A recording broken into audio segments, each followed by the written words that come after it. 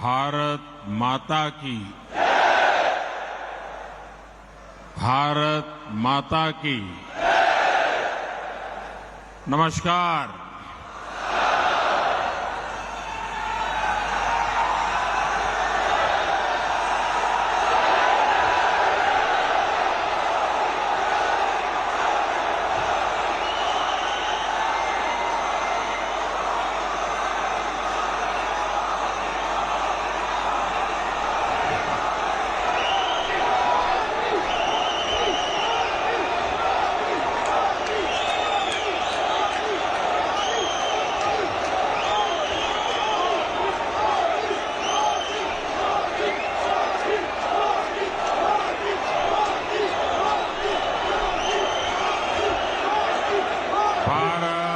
माता की।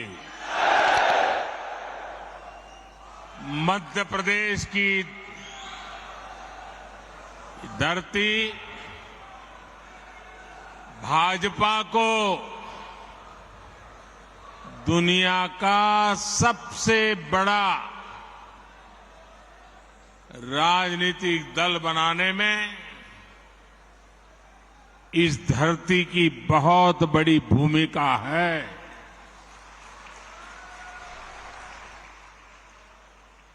और इसलिए ऐसी ऊर्जावान मध्य प्रदेश की धरती पर मेरा बूथ सबसे मजबूत इस कार्यक्रम का हिस्सा बनते हुए मुझे हृदय से आनंद आ रहा है, अच्छा लग रहा है, गौरव हो रहा है।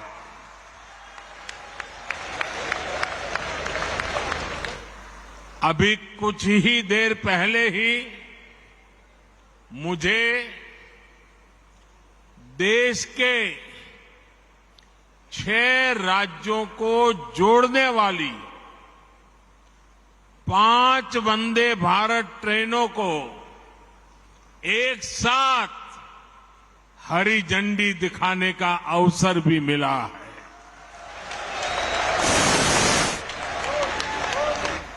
मैं मध्य प्रदेश, झारखंड, बिहार, कर्नाटका, गोवा और महाराष्ट्र की जनता को इस आधुनिक वंदे भारत ट्रेन की कनेक्टिविटी के लिए बहुत बहुत बधाई देता हूं।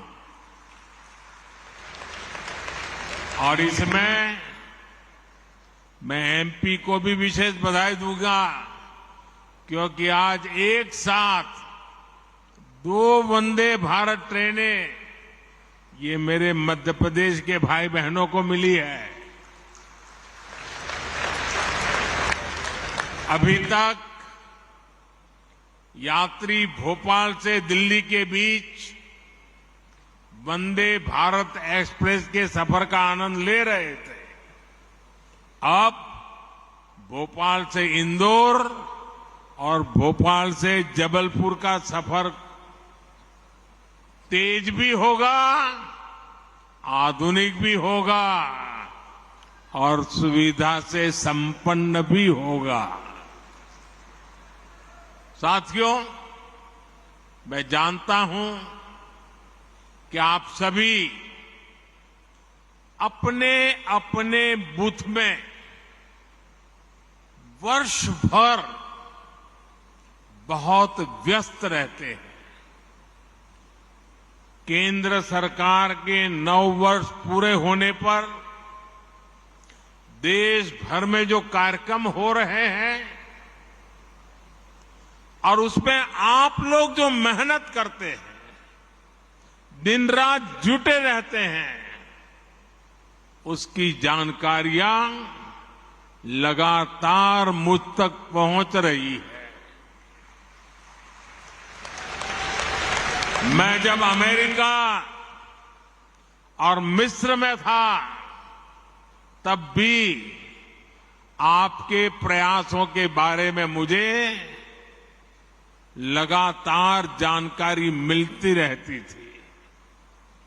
इसलिए वहां से आने के बाद सबसे पहले आप सभी से मिलना ये मेरे लिए ज्यादा सुखद है, ज्यादा आनंददायक है। भारत माता की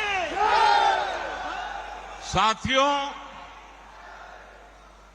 भाजपा की सबसे बड़ी ताकत, भाजपा की सबसे बड़ी ताकत ये सबसे बड़ी ताकत आप सभी कार्यकर्ता है। मोदी मोदी मोदी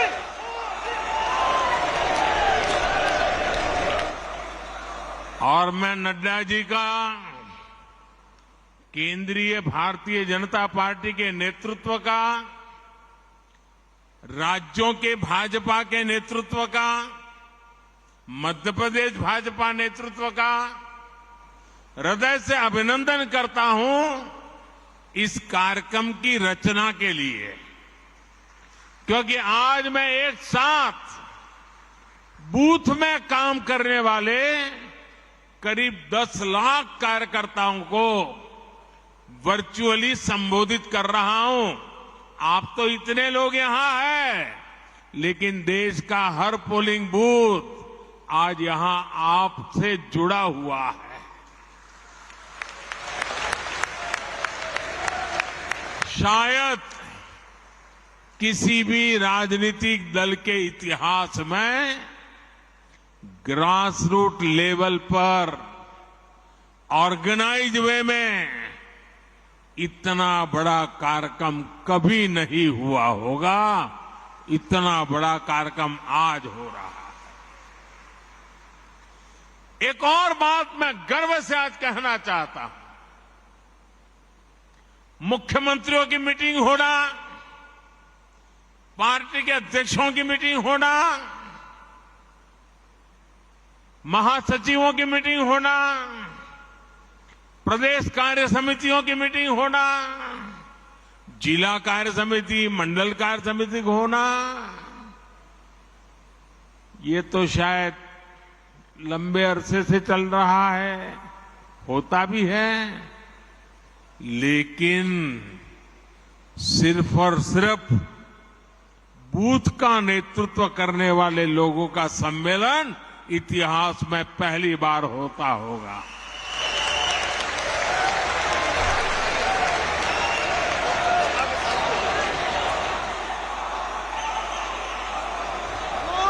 साथियों,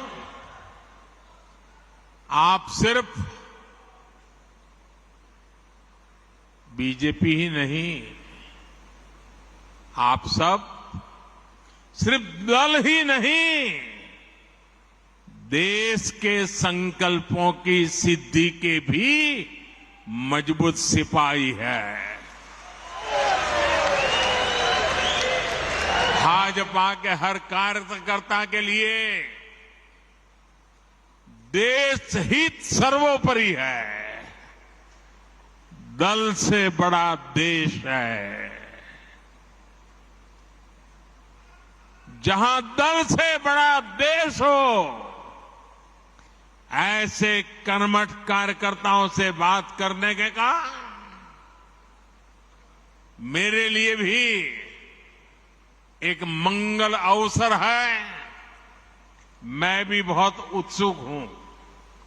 मुझे नड्डा जी ने बताया कि मोदी जी आज भाषण तो बाद में, आज कुछ सवाल जवाब हो जाए।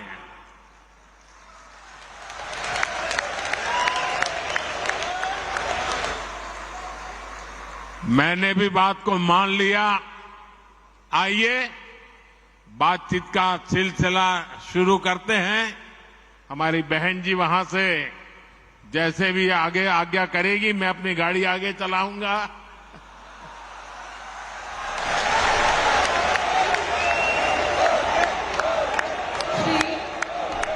राम पटेल, दमोह, मध्य प्रदेश। श्री राम पटेल, दमोह, मध्य प्रदेश। किस तरफ है? आदरणीय हाँ, बताइए बताइए। आदरणीय मोदी, दिख रहा है, मैं स्क्रीन पे देख रहा हूं, आपको बताइए। आदरणीय मोदी जी प्रणाम।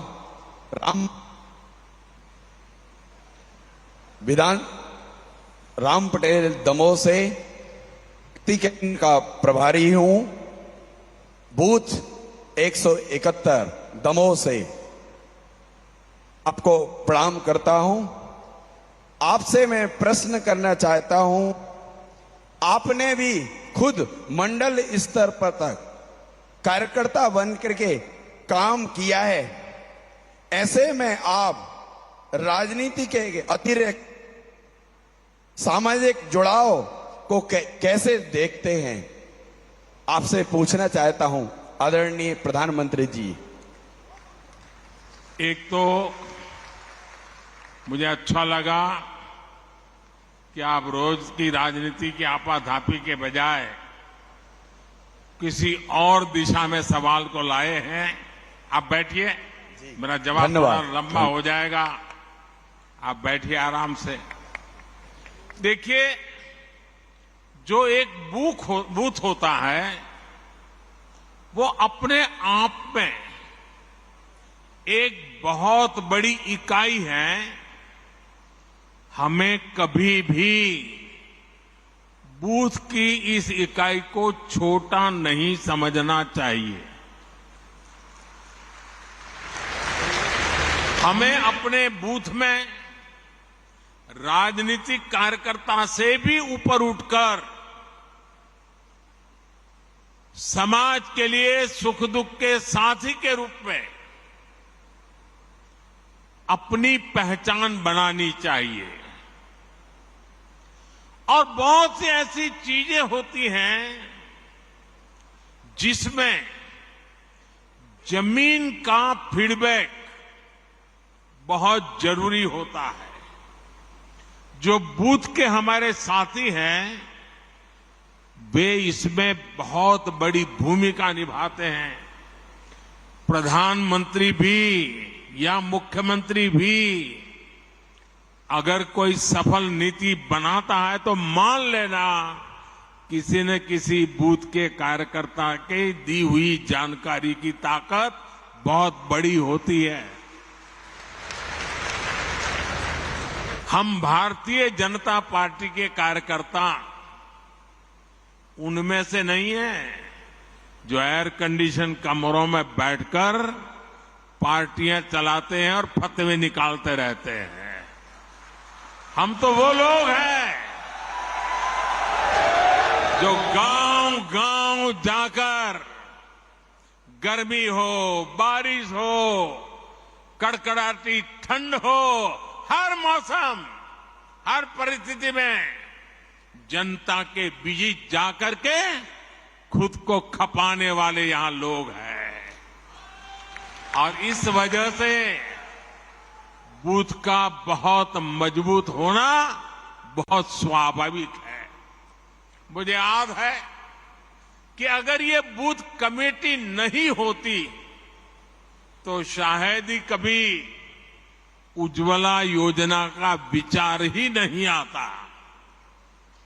साथियों, ये आपकी निरंतर कोशिश होनी चाहिए, क्योंकि गांव से कार्यकर्ताओं ने मुझे उज्ज्वला गैस योजना के विषय में समझाया। बाद में वो नीति बन गई और गरीब के घर तक गैस का चूल्हा पहुंच गया।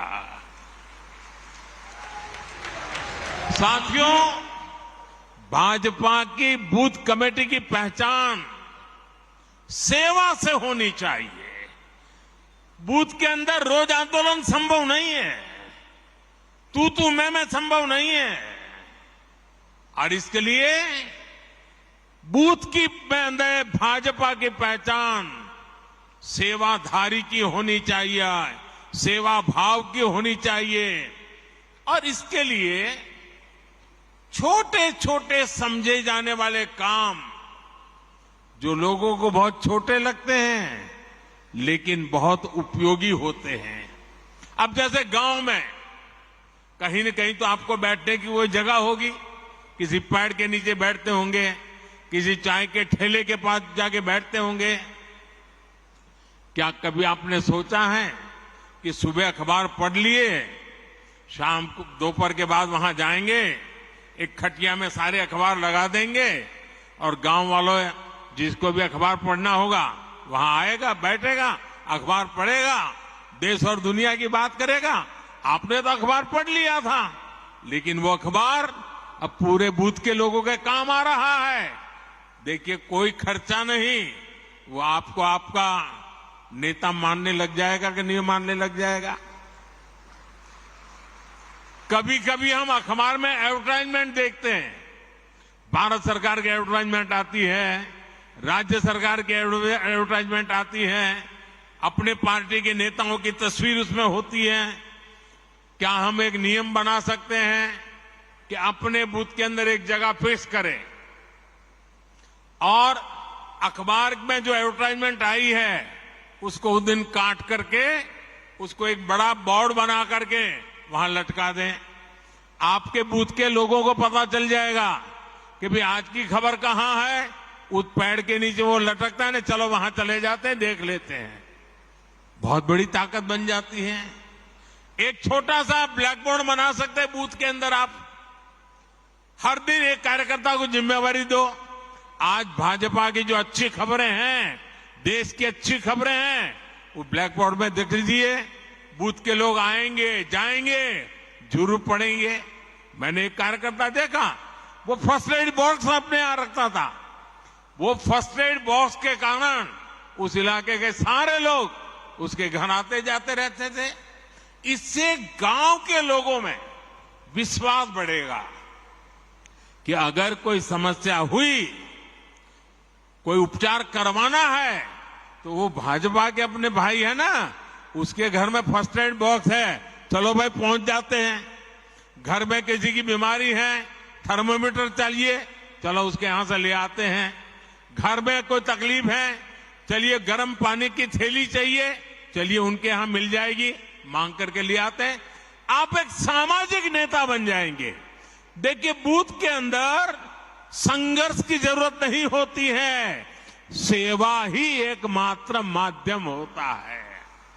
आप अपने अखबार, जैसा मैंने कहा, पढ़ने की व्यवस्था पर जोर दें।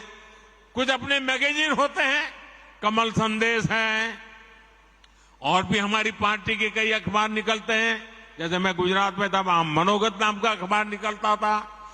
ये मैगजीन जो आता है, हमने तय करना चाहिए कि भाई चलिए मंडे को ये मैगजीन इस घर में देंगे, फिर दूसरे दिन सुबह जाके मांगेंगे, कल आपने पढ़ लिया होगा, ले लेंगे, दूसरे दिन दूसरे के घर देंगे, फिर 24 घंटे के बाद जाएंगे, फिर वहां से ले लेंगे। हमारा एक कमल संदेश होगा, हमारा एक मैगजीन होगा, तय करेंगे। अगला आने तक घर घर वो घूमता रहेगा, 30-40 घरों में जाएगा, फिर वापस आएगा। आप खुद तो अपने लिए खर्चा करते हैं, पढ़ते हैं, लेकिन वही अगर आप मोहल्ले में पहुंचा देंगे तो फायदा होगा। अब देखिए, गांव में खेती के समय यूरिया खरीदने के लिए गांव वाले निकलते हैं। हर कोई अलग अलग जाता है, हर कोई न कोई व्हीकल करके उठा करके ले आता है। मान लीजिए आपने गांव वालों को इकट्ठा कर दिया, उनका एक व्हाट्सएप ग्रुप बना दिया और आपने उनको कहा, अच्छा भाई देखिए, बताओ किसको कितना यूरिया चाहिए, चलिए 2-4 लोग मेरे साथ, और हम सब मिलकर के पूरा गांव का यूरिया एक ही व्हीकल में ले आए, तो किराया कम हो जाएगा, गांव के लोगों का पैसा बच जाएगा।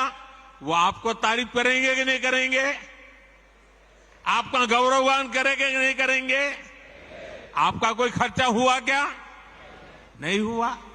ऐसे छोटे छोटे काम हमने देखा है कि गांव हो या शहर, अगर कुछ करने की भावना सब में ही होती है पर अक्सर माध्यम नहीं होता है। लेकिन जैसे ही कोई व्यक्ति माध्यम बन जाता है, नेतृत्व करने लग जाता है, तो सेवा भाव वाले लोग उसके साथ जुड़ ही जाते हैं भैया।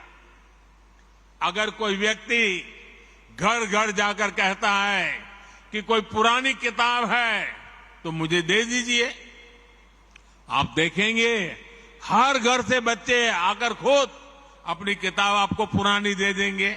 आप जरा घर में उस किताबों को ठीक कर ले बूथ के कार्यकर्ता, और फिर जो गरीब बच्चे हैं उनमें वो किताब बांट दे अपने बूथ में। हर गरीब परिवार के पास किताब पहुंच जाएगी। आप उनको लगेगा अरे मेरे बच्चे पढ़ाई करें, इसकी वो चिंता कर रहा है। जब मैं गुजरात में मुख्यमंत्री था, मणिनगर मेरा विधानसभा क्षेत्र था, तो मैंने आंगनवाड़ी की चिंता करना काम अपने जिम्मे लिया।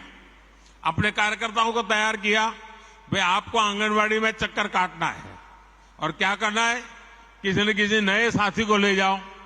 अगर खजूर की सीजन है, आंगनवाड़ी में जाकर हर एक बच्चे को 2-2 खजूर खिला दो। अगर बेर की सीजन है, आंगनवाड़ी के बच्चों को जाकर के 2-2 बेर खिला दो। अगर कोई अच्छी टॉफी आ गई है, 2-2 टॉफी जाके, न्यूट्रिशन का प्रॉब्लम भी सॉल्व होगा। उन गरीब परिवारों से भी दोस्ती बन जाएगी और इस इलाके में कोई जाने या न जाने आप निकलेंगे, हर बच्चा आपको जानता होगा। ये एक बहुत बड़ी ताकत बन जाती है साथियों। इस ताकत पर हमें जोर देना चाहिए और ये जितना करेंगे, हमें गांव गांव में, शहर में, कस्बे में जाकर इस तरह से काम करते रहना चाहिए। तब जाकर के हमारे बूथ की ताकत बनती है। जब आप जनता से जुड़े ऐसे छोटे छोटे काम करोगे तो मुझे पक्का विश्वास है पूरे बूथ में कोई परिवार ऐसा नहीं होगा जो आपसे दूरी करेगा, वो आपसे नहीं जुड़ेगा। आपकी पहचान एक भाजपा के कार्यकर्ता से आगे बढ़कर एक समाज सेवक की तरह बने, इसके लिए बूथ के अंदर लगातार काम करना चाहिए। और यहां से आप बूथों में जाने वाले हो, अलग अलग बूथ में रहने वाले हो, वहां जरूर जाकर के इन चीजों का प्रयोग कीजिए। आप देखना, आपकी तरफ देखने का, आपके बूथ के कार्यकर्ताओं की तरफ देखने का पूरा दृष्टिकोण बदल जाएगा। आइए, कुछ और साथी भी पूछना चाहते हैं, अगले सवाल पर चलते हैं। अगला प्रश्न Shri Salla Ramakrishnan, Andhra Pradesh. Good morning sir, my name is Salla Ramakrishna, Araku parliament district. कहां से बोल रहे हैं भाई? हाँ, दिखाई दिया। हाँ, बोलिए। नमस्ते। हाँ, मैं सल्ला रामकृष्ण सर, स्क्रीन पे आपको देख अरकू रहा हूँ। Parliament district. एक आराम से फिर से बताइए, जरा आराम से सवाल बताइए। Salla Ramakrishna sir, Araku parliament district sir. I am belongs to tribal community, Paderu assembly, booth number 281 sir. My question to you sir, our government is doing so much activities in India level sir, in village level also. As worker as a BJP, I want to ask how to go to the field to contribute in this process sir. बैठिए। आप काम तो कर ही रहे, कहीं ज्यादा काम करने के लिए कह रहे हैं।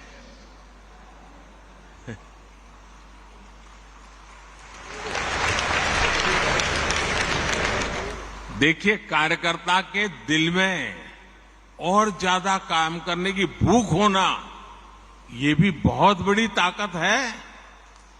आंध्र गारू को मेरा अभिनंदन। देखिए, 2047 में जब हमारे देश की आजादी के 100 साल होंगे और हम देश को विकसित भारत बनाना चाहते हैं, लेकिन भारत विकसित तभी होगा जब गांव विकसित होगा। और इसलिए हर गांव का संकल्प बनना चाहिए कि 2047 के पहले हमें अपना कार्य क्षेत्र गांव होगा, पंचायत होगी, नगर होगा, महानगर होगा, हमें उसे भी डेवलप बनाना है, समस्याओं से मुक्त करना है। और इसके लिए छोटे छोटे प्रयास ही बहुत बड़ी असर दिखा सकते हैं। जैसे कि हमारा गांव कैसे हरा भरा हो, कैसे गांव में स्वच्छता को लेकर हम अलग अलग कार्यक्रम शुरू कर सकते हैं, हम गांव में सोलर को कैसे बढ़ाएं, सोलर एनर्जी की गांव में कैसे आदत डालें।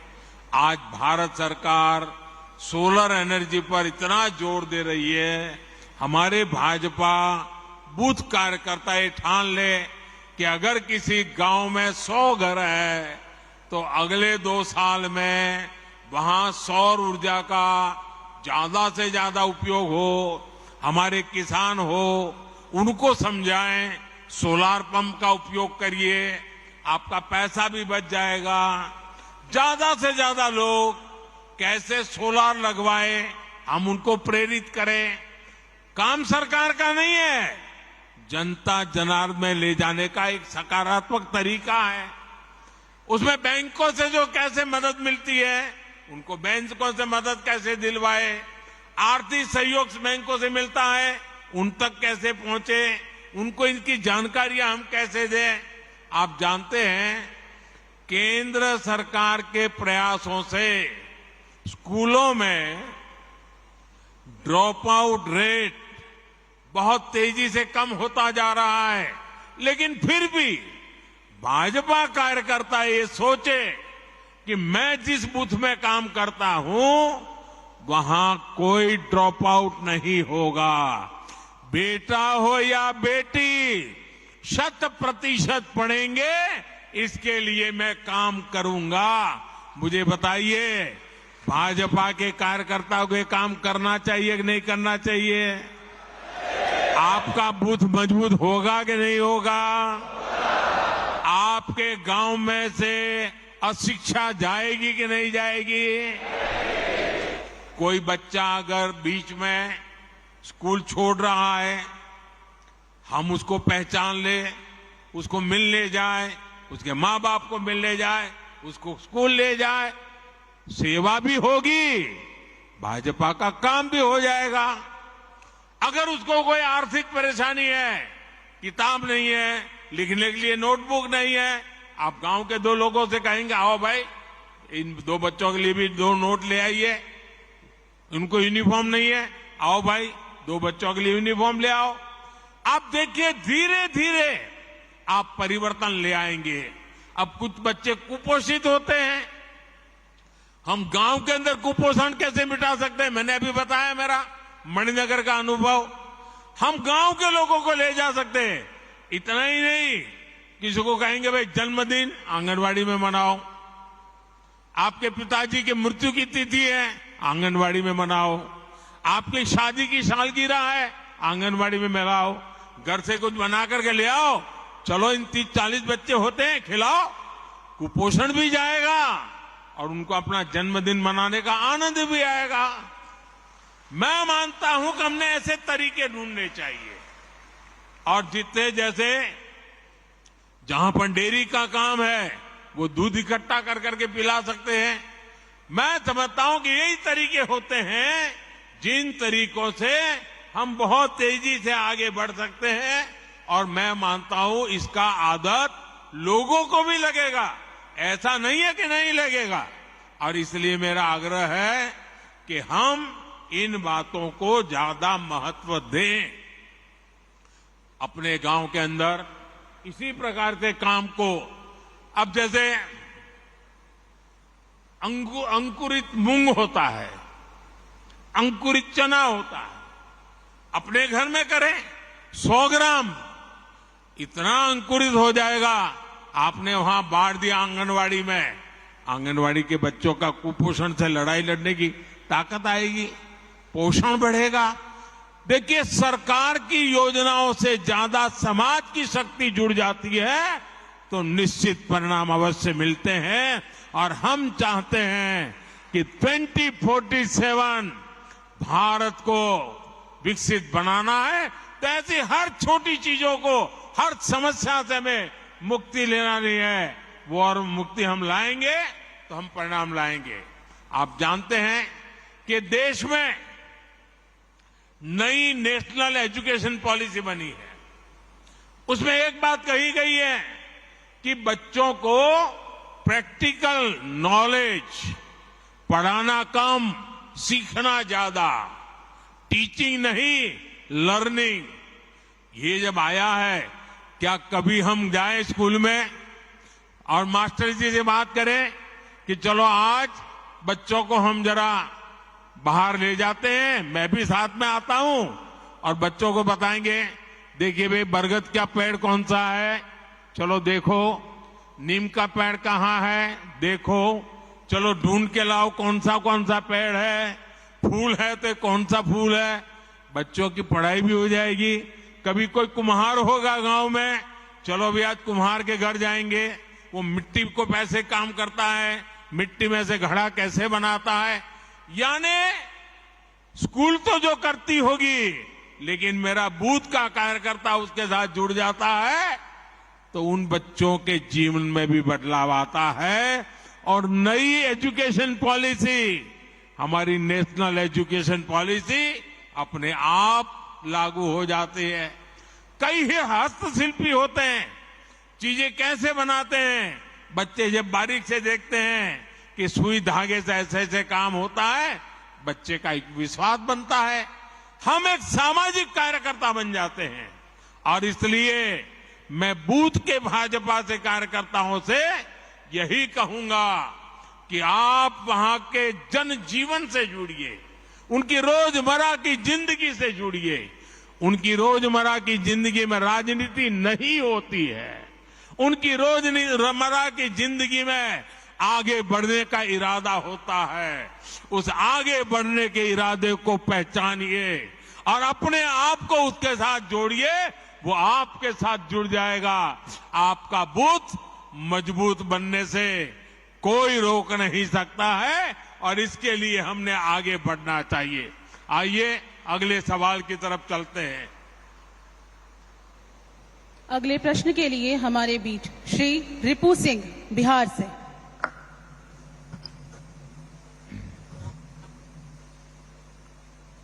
बताइए।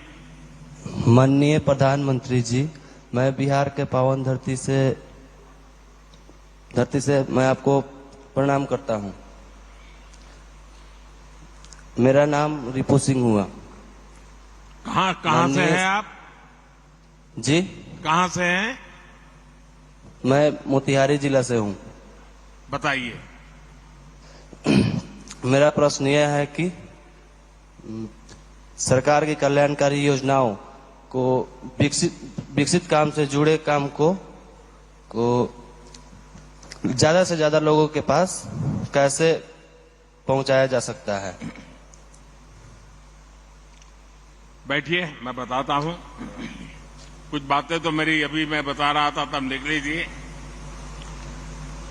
देखिए, ये काम हमारे कार्यकर्ता बेहतरीन तरीके से करते आ रहे हैं, लेकिन फिर भी हमें इसमें और अधिक ध्यान देने की जरूरत है। हमारा लक्ष्य सिर्फ किसी एक योजना का लाभ देना भर नहीं है, बल्कि हमारा लक्ष्य सैचुरेशन का है, 100% कवरेज का है। हर सुविधा का लाभ जिसका वो हकदार है, उनको 100% हमें पहुंचाना है। जैसे गांव में बहुत से लोगों को पीएम आवास योजना से अपना घर मिला होगा। ये अपना घर उनको मिला है, तो अब जब घर मिल गया है तो ये देखना कि जो लोग इन घरों में रहते हैं उन्हें मुद्रा योजना का भी लाभ मिल सकता है क्या वो अपना कोई व्यापार धंधा करना चाहते हैं, अगर कोई दुकान खोलना चाहते हैं, कोई कारोबार करना चाहते हैं, क्या उनको जाकर के योजना की बात बता सकते हैं? घर मिल गया है तो उसका विश्वास बन गया है, घर उसकी मालिका है तो बैंक से पैसा मिल सकता है और बैंक में जाएगा, आप उसकी मदद करेंगे तो उसको जो भी मदद मिलेगी वो अपना कोई कारोबार शुरू करेगा।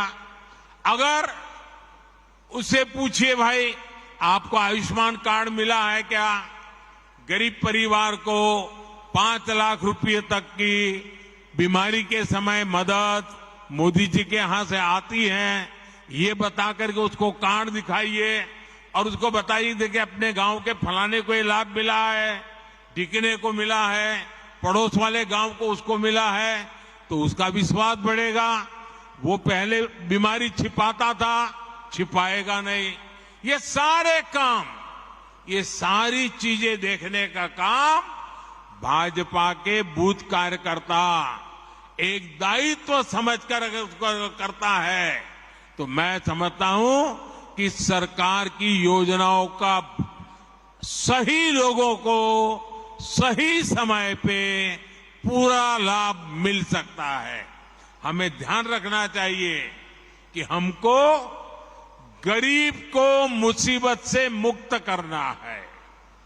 आप गांव के लोगों को सरकार की योजना के बारे में जानकारी देने के लिए सोशल मीडिया पर अपने गांव का बूथ का ग्रुप बना सकते हैं।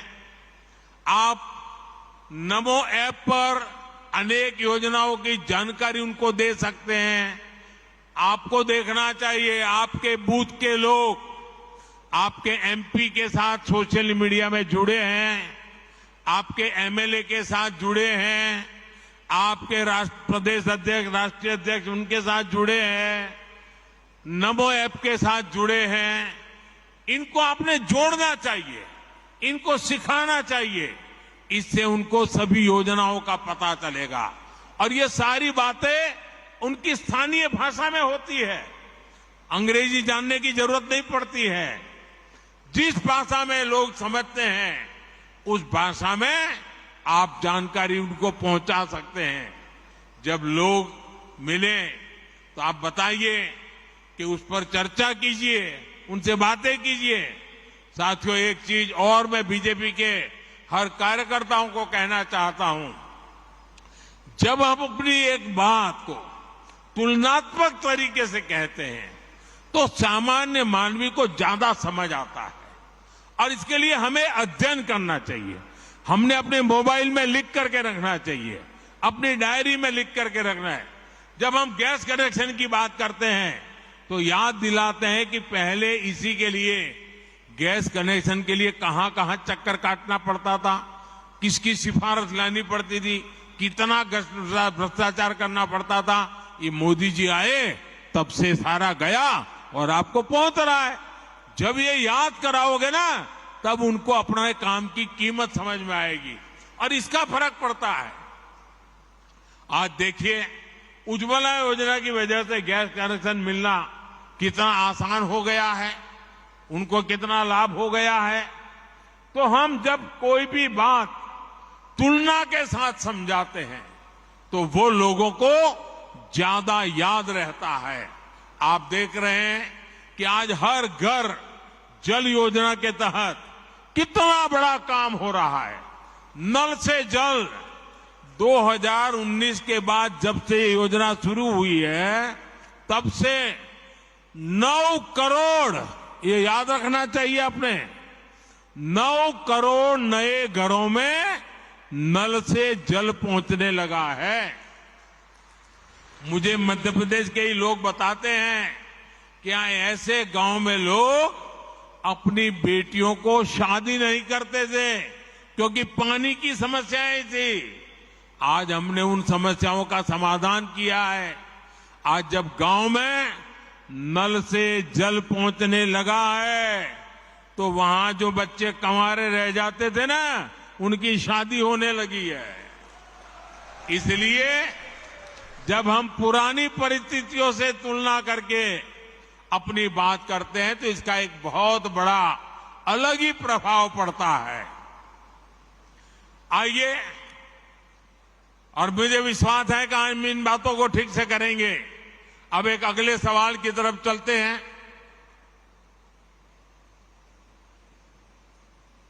अगला प्रश्न है उत्तराखंड से बहन हिमानी वैष्णव का। जय बद्री विशाल माननीय प्रधानमंत्री जी। माननीय प्रधानमंत्री जी को मेरा सादर प्रणाम। मेरा नाम डॉक्टर हिमानी वैष्णव है। मैं देवभूमि उत्तराखंड के सीमांत क्षेत्र चमोली जनपद से हूँ। माननीय प्रधानमंत्री जी को मेरा प्रश्न है, पहले सामाजिक न्याय के नाम पर तुष्टीकरण को बढ़ावा दिया गया। हमारी सरकार ने संतुष्टीकरण पर बल दिया और उनको भी पूछा जिनको किसी ने नहीं पूछा। पहले की तुलना में अब आए अंतर को हम सामान्य जन को कैसे बताएं? हार्दिक धन्यवाद। बहुत ही सवाल बहन आपने पूछा है। कुछ लोग सिर्फ अपने दल के लिए जीते हैं, दल का ही भला करना चाहते हैं। वो ये सब इसलिए करते हैं क्योंकि उन्हें भ्रष्टाचार का, कमीशन का, मलाई खाने का, कटमनी का हिस्सा मिलता है।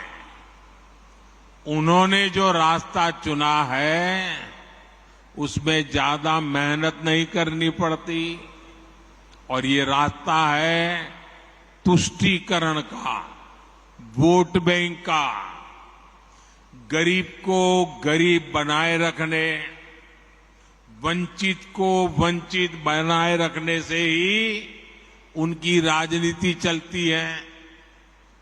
तुष्टीकरण का ये रास्ता कुछ दिनों तक तो फायदा दे सकता है, लेकिन ये देश के लिए महाविनाशक होता है।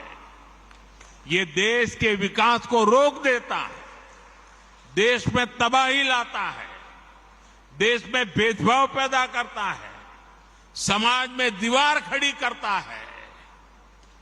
एक तरफ इस तरह के लोग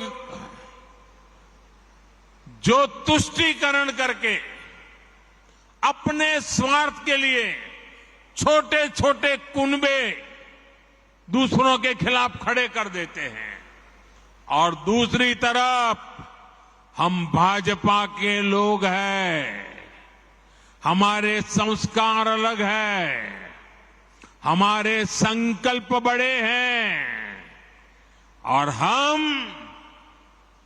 हमारी प्राथमिकता दल से पहले देश की है।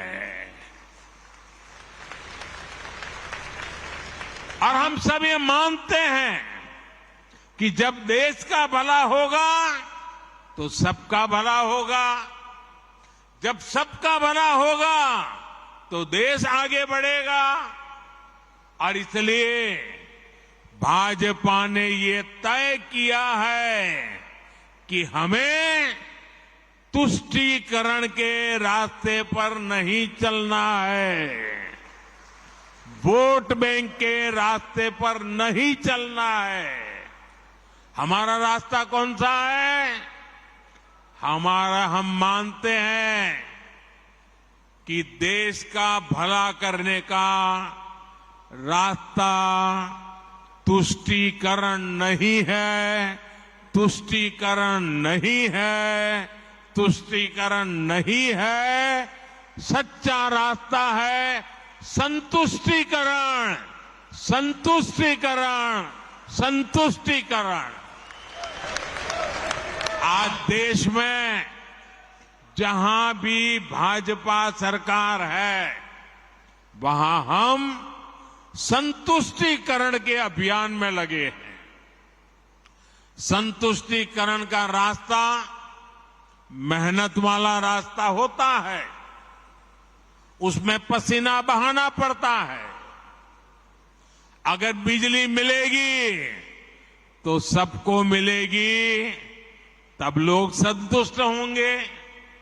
अगर नल से जल का अभियान चलेगा तो हर घर तक चलेगा, हर एक को पहुंचाने का प्रयास होगा। इसमें किसी के साथ भेदभाव नहीं होगा, जाति नहीं, बिरादरी नहीं, काका भतीजा मामा कुछ नहीं। जब भेदभाव नहीं होगा तो समाज में संतुष्टि बढ़ेगी। इसलिए हम संतुष्टिकरण के रास्ते पर बढ़ रहे हैं। साथियों, हमने देखा है कि कैसे तुष्टीकरण वाली गंदी सोच ने कुछ राज्यों के बीच में लोगों के बीच खाई पैदा कर दी। हमने देखा है कि यूपी में हमारे पासी भाई बहन, कोरी भाई बहन, खटीक भाई बहन और धनुक जैसी तमाम हमारे छोटे भाई बहन राजनीति के शिकार हुए और विकास से वंचित रह गए। उधर हम बिहार में देखें तो कोई दलित, कोई महादलित, और उसमें भी नई राजनीति और समाज को बांट दिया। इसकी वजह से एक वर्ग दूसरे वर्ग को आशंका से देखने लगा। कुछ जातियों पर विशेष ध्यान और कुछ जातियों की उपेक्षा। अगर हम दक्षिण भारत की तरफ देखें, वहां भी कभी कभी राजनेताओं ने ऐसे कई समाजों को बर्बाद करके रखा है, भेदभाव को बढ़ाया है। अब जैसे मैंने सुना है केरल में अड़ियन, काट्टूनायकन, कोचुवेलान, मालासार, तेन कुरुम्बन, जेनु कुरुम्बन, वेट्टा कुरुमन, मलय पंडारम, ये जातियों को विकास के रकम में पीछे छोड़ दिया गया। कुछ ही लोगों को मलाई मिलती गई। उसी तरफ अगर आप कर्नाटका में जाएंगे तो मलाई कुड़ी, पल्यान, शोलगा, विटोलिया, कोतवालिया, बारोडिया, उनकी भी उपेक्षा हुई। अगर हम तेलंगाना में जाएंगे, कुलिया, जातपू, चेचू, मन्नादोरा, हमारे तमिलनाडु में एरवलन, काडर, कोंडा कपूस, मलयवेडन, पालयन, मुडुगर, इन सब को पीछे छोड़ दिया। कोई इनकी परवाह नहीं करता। अनुसूचित जाति की बात करें तो उनके साथ भी ऐसे ही किया गया। केरल में अयनवर, कुसा, वल्लुवन, नलकादाया, पनन, तमिलनाडु में बेरा, माविलन, नैदी, थोटी, वल्लोन, जग्गली, जम्बुवलू, ऐसे अनेक जातियां हैं। क्या हाल करके रखा है उनका?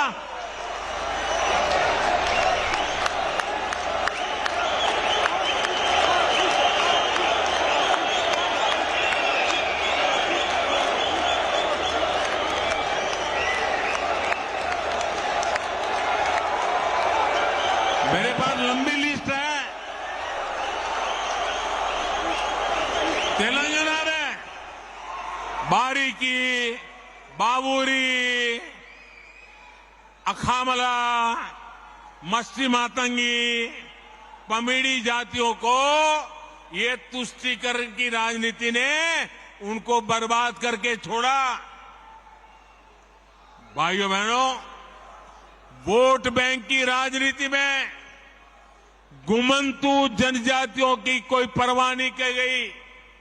हमारे बंजारा भाई बहन, हमारे बालदिया लबाना, हमारे गाड़िया लोहार, हमारे गडोलिया, हमारे गडरिया, हमारे गायरी जैसे तमाम ये गुमंतु जातियों को सरकारी योजनाओं से वंचित रखा गया, उनके नसीब पर छोड़ गया। जब हम तुष्टीकरण के रास्ते पर जाते हैं तो समाज को बहुत बड़ा नुकसान होता है।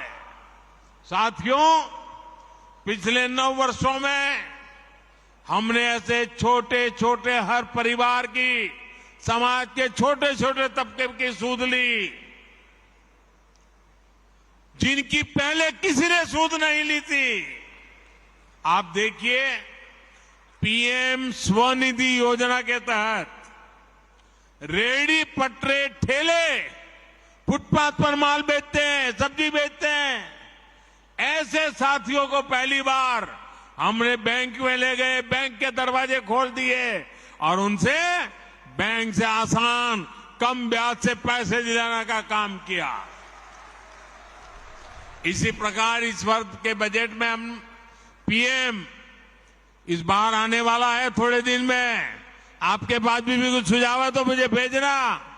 घोषणा की है हमने बजट में, पीएम विश्वकर्मा योजना लेकर के आए हैं और ये पीएम विश्वकर्मा योजना हमारे विश्वकर्मा साथी जो हाथ और औजार से काम करते हैं, जैसे हमारे लोहार, सोनार, कुम्हार, सुथार, मूर्तिकार, कारीगर, मिस्त्री, ऐसे सभी साथियों को इस योजना के तहत मदद मिलने वाली है। साथियों, सामाजिक न्याय के नाम पर वोट मांगने वालों ने गांव और गरीब के साथ सबसे अधिक अन्याय किया है। भाजपा सरकार ने हमारे बंजारा भाई बहन और गुमंतु समुदाय के लिए वेलफेयर बोर्ड गठित किया, ओबीसी कमीशन को संवैधानिक दर्जा देने का काम भी भाजपा ने किया और ये भाजपा सरकार ही है जिसने पहली बार गरीब परिवारों को भी शिक्षा और सरकारी भर्तियों में आरक्षण का लाभ दिया। तुष्टीकरण और संतुष्टीकरण में इतना बड़ा फर्क होता है और इसलिए हमारा रास्ता है संतुष्टीकरण, 100% सैचुरेशन। जैसा जैसा रेवेन्यू बढ़ेगा, मदद पहुंचती जाएगी। आइए अगले सवाल की तरफ चलते हैं। अगले प्रश्न के लिए बहन रानी चौरसिया उत्तर प्रदेश से जुड़ रही हैं।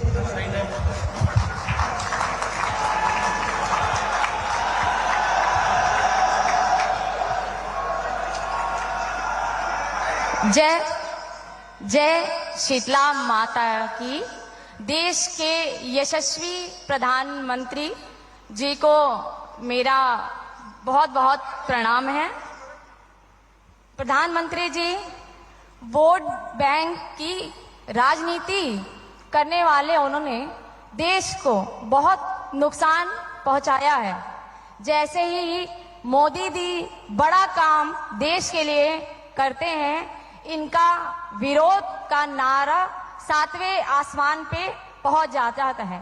पहले हमने देखा था कि ये सभी 3 तलाक का बहुत विरोध कर रहे थे और अब यूनिफॉर्म सिविल कोड का विरोध कर रहे हैं, जिससे हमारे जो मुस्लिम भाई बहन हैं उनको काफी भ्रम हो रहा है और वे सब भ्रमित हो जा रहे हैं।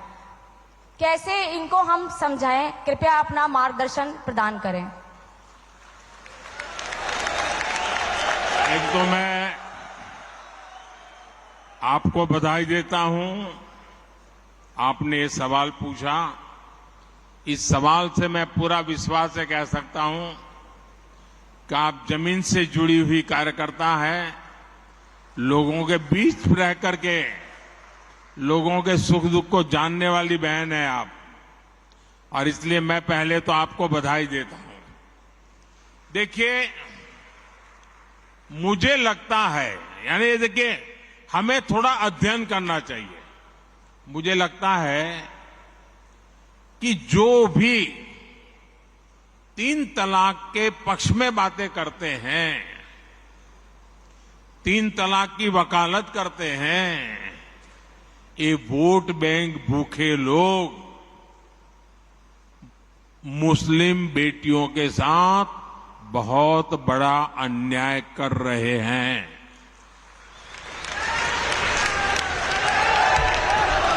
अच्छा, कुछ लोगों को लगता है कि भाई ये 3 तलाक से तो सिर्फ महिलाओं की बात हो रही है।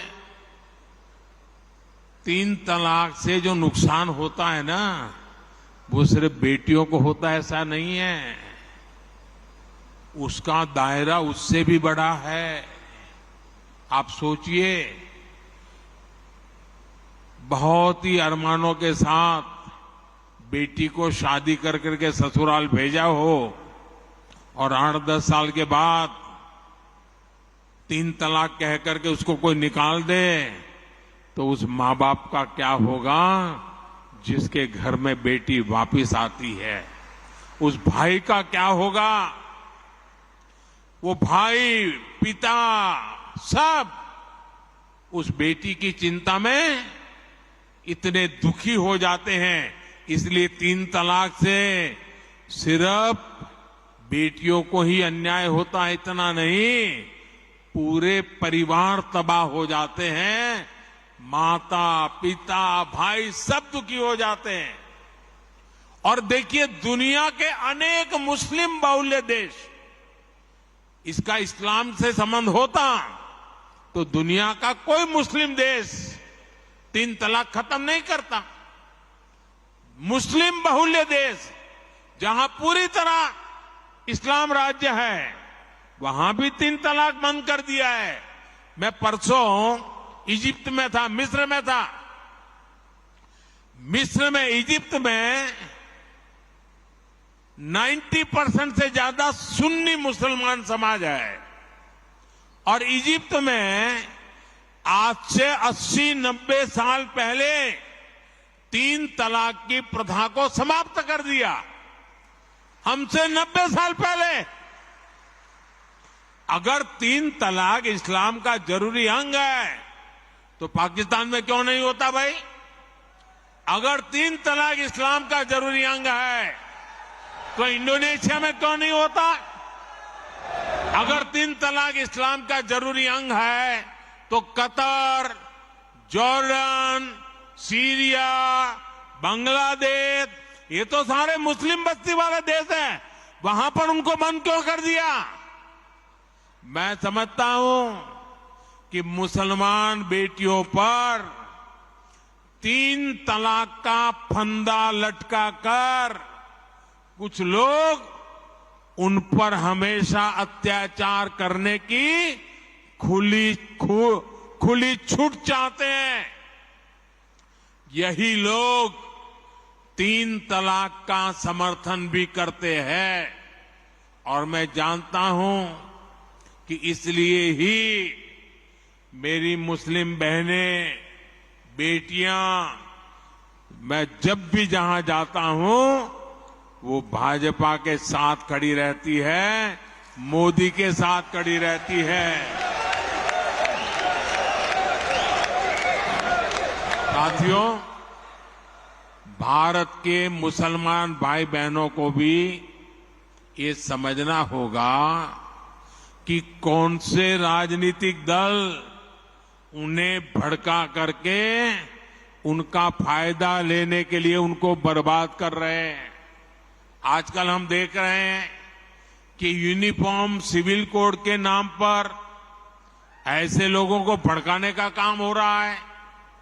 आप मुझे बताइए, एक घर में परिवार के एक सदस्य के लिए एक कानून हो, परिवार के दूसरे सदस्य के लिए दूसरा कानून हो, तो क्या वो घर चल पाएगा क्या? कभी भी चल पाएगा क्या? फिर ऐसी दोहरी व्यवस्था से देश कैसे चल पाएगा? हमें याद रखना है कि भारत के संविधान में भी नागरिकों के समान अधिकार की बात कही गई है। साथियों, ये लोग हम पर आरोप लगाते हैं, लेकिन सच ये है कि यही लोग मुसलमान करते हैं। अगर ये मुसलमानों के सही मायने में हितैषी होते तो अधिकांश परिवार, मेरे मुस्लिम भाई बहन, शिक्षा में पीछे न रहते, रोजगार में पीछे न रहते, मुसीबत की जिंदगी जीने के लिए मजबूत नहीं रहते। और सुप्रीम कोर्ट ने बार बार कहा है, सुप्रीम कोर्ट डंडा मारती है, कह रही है कॉमन सिविल कोड लाओ, लेकिन ये वोट बैंक के भूखे लोग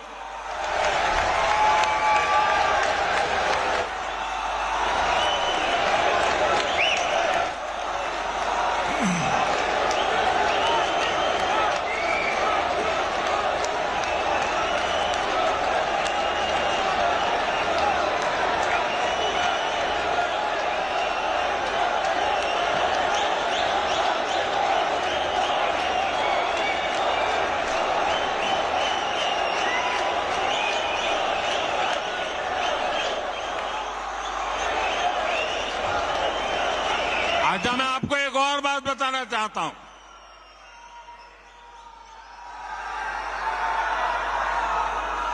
अगर आप हमारे मुसलमान भाई बहनों की तरफ देखोगे और मैं देखता हूं कि जो हमारे पसमानदा मुसलमान भाई बहन हैं, ये वोट बैंक की राजनीति करने वालों ने हमारे जो पसमानदा मुसलमान भाई बहन हैं, उनका तो जीना भी मुश्किल करके रखा हुआ है। वो तो तबाह हो गए, उनको कोई फायदा नहीं मिला है। वे कष्ट में गुजारा करते हैं, उनकी आवाज सुनने के लिए कोई तैयार नहीं है। उनके ही धर्म के एक वर्ग ने पसमानदा मुसलमानों का इतना शोषण किया है, लेकिन इसके ऊपर कभी देश में चर्चा नहीं हुई। जो पसमानदा मुसलमान है, उन्हें आज भी बराबरी का हक नहीं मिलता, उन्हें नीचा और अछूत समझा जाता है। इसी समाज में मैं मुसलमान समाज की बात कर रहा हूं। मुसलमान भाइयों में जो हमारे पसमानदा भाई बहन हैं, जो पिछड़े हुए हैं, मैं उनकी बात करता हूं। पसमानदा मुसलमान मोची होते हैं, भिस्ती होते हैं, जोगी होते हैं, लाल बेंगी होते हैं, भटियारा होते हैं, मिरासी होते हैं, डफाली होते हैं, मुकेरी होते हैं, मदारी होते हैं, जुलाहा होते हैं, लंबाई होते हैं, बेदा होते हैं, बामणिया भी होते हैं, छिया होते हैं, लहरी होते हैं, हल्दर होते हैं, सिकदर होते हैं, कितनी ही जातियां।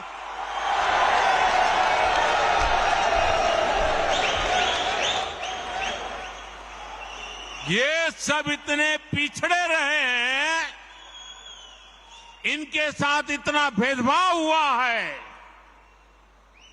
भाइयों बहनों, इस भेदभाव का नुकसान उनकी कई पीढ़ियों को भुगतना पड़ा, लेकिन भाजपा देश के हर नागरिक के लिए सबका साथ, सबका विकास की भावना से काम कर रही है।